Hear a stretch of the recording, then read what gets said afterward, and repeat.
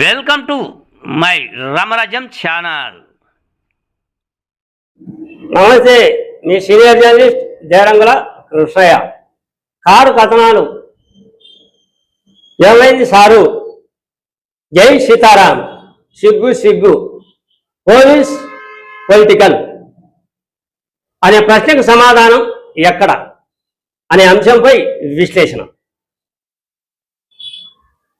ఎవరి డ్యూటీ వాళ్ళు చేస్తే సమాజంలో ఎటువంటి ఆటంకాలు ఏర్పడవు, సమాజం అంతా సుఖశాంతులుగా ఉంటుంది. కానీ ఎవరి డ్యూటీ వాళ్ళు చేయకపోవడం వల్లనే సమస్యలు తలెత్తుతూ ఉంటాయి.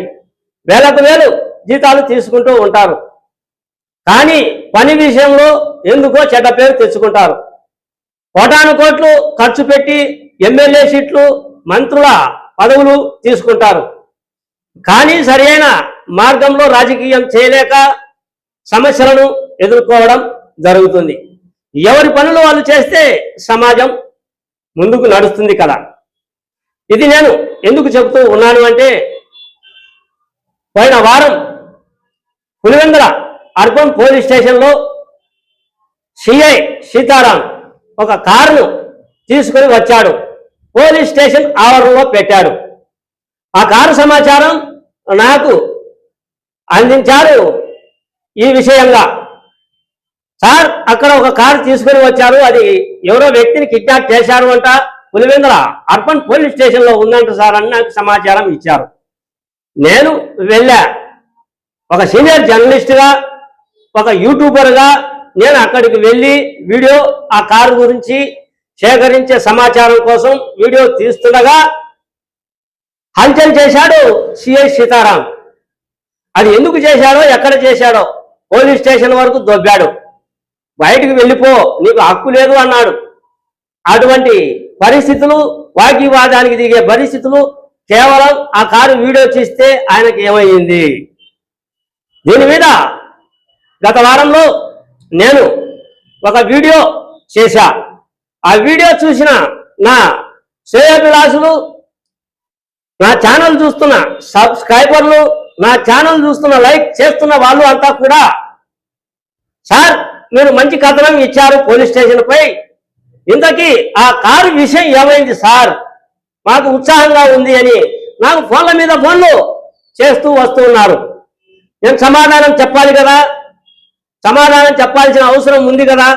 ఆ కారు వెనకాల ఎంత పెద్ద తలకాయలు ఉన్నాయో నాకు అనవసరం, కానీ తలకాయ పైన టోపీ పెట్టిన ఈ తలకాయలకు ఏమయ్యింది ఆ కారు సంఘటన విలేకరులకు చెప్పేందుకు ఒక్కసారి ఆలోచన చేసుకోండి. ఎందుకు ఆ కారు సంఘటన వెనుకాడుగు వేస్తూ ఉన్నారు? దీనికి సంబంధించిన సమాచారం ఇప్పటి వరకు తేలలేదు, కానీ చెప్పాల్సిన బాధ్యత ఉంది కదా, వివరించాల్సిన బాధ్యత ఉంది కదా Pulivendula urban police station CI అయినటువంటి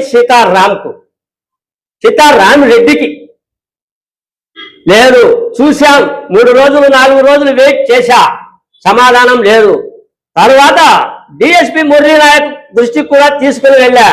సార్ కారు తెచ్చారు, కారు సమాచారం ఏమైంది అని. ఏమో కృష్ణయ్య గారు, నాకు అయితే ఆ కారు సమాచారం సిఐ నాకు వివరణ చెప్పలేదు అని డిఎస్పీ నా రామరాజ్యం ఛానల్కు చెప్పాడు. అంటే సీతారామిరెడ్డిది సొంత పోలీస్ స్టేషనా?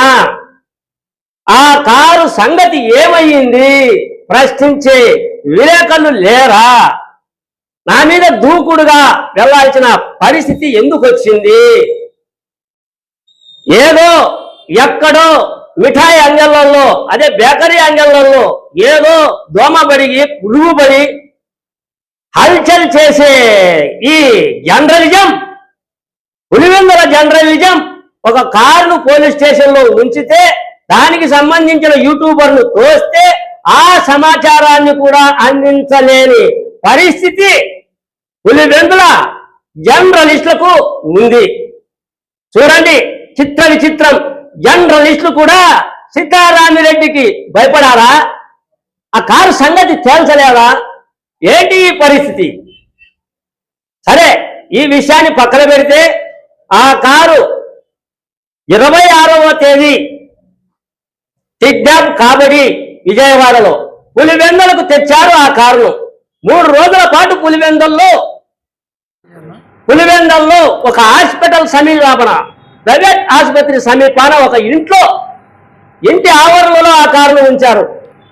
కిడ్నాప్ గురి అయిన వాళ్ళే దాన్ని నెట్లో చూసి ఆ కారు ఎక్కడ ఉండేది, ఏమయ్యింది, ఎవరు కిడ్నాప్ చేశారు, ఆ కారు ఎక్కడ ఉంది అనేది వాళ్ళు గూగుల్ టెకప్ అనుకోండి, ఇంకోటి అనుకోండి ఆ కారు ఫలాని పులివెందుల్లో ఉంది అని పులివెందుల పోలీస్ స్టేషన్కు ఆ కిడ్నాప్ కాబడిన వ్యక్తుల ఫ్రెండ్స్ కావచ్చు, ఆ కంపెనీకి సంబంధించిన ఉద్యోగస్తులు కావచ్చు, ఆ కారును కనుక్కొని సిఐకి చెప్తే సిఐ ఆ కారు 3 రోజుల తర్వాత దాన్ని చూసి పోలీస్ స్టేషన్ వద్ద పెడితే ఆ సమాచారం నాకు అందితే ఆ సమాచారం చెప్పేందుకు ఈ సీతారామిరెడ్డి సిఐకి అసలు ఏం సంబంధాలో, ఎక్కడి సంబంధాలో. ఇక కారు విషయాన్ని పక్కన పెడదాం. అది కిడ్నాప్ అయిందో, పెద్ద తలకాయలు ఉన్నాయో, ఆ పెద్ద తలకాయల ముందర టోపీ కింద ఉన్న ఈ తలకాయలు ఏమి మతలబ్ చేశాయో నాకు అనవసరం.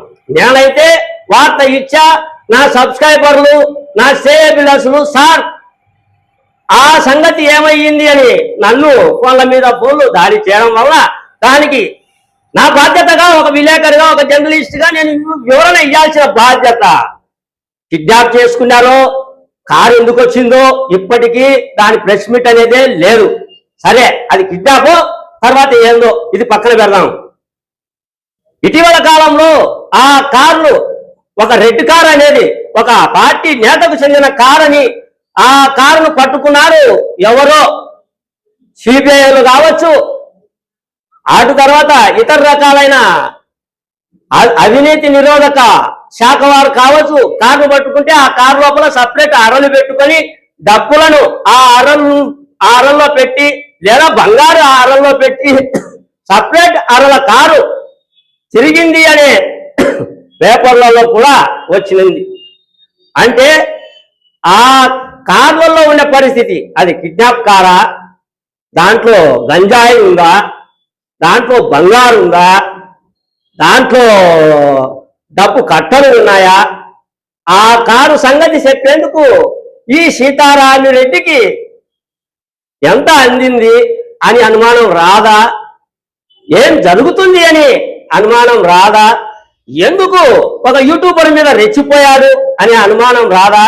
ఇదంతా పోలీసులకు తెలుసా, జర్నలిస్టులకు తెలుసా, ఎందుకు దాచిపెడుతూ ఉన్నారు అనేది సమాధానం ఇప్పటికీ లేదు.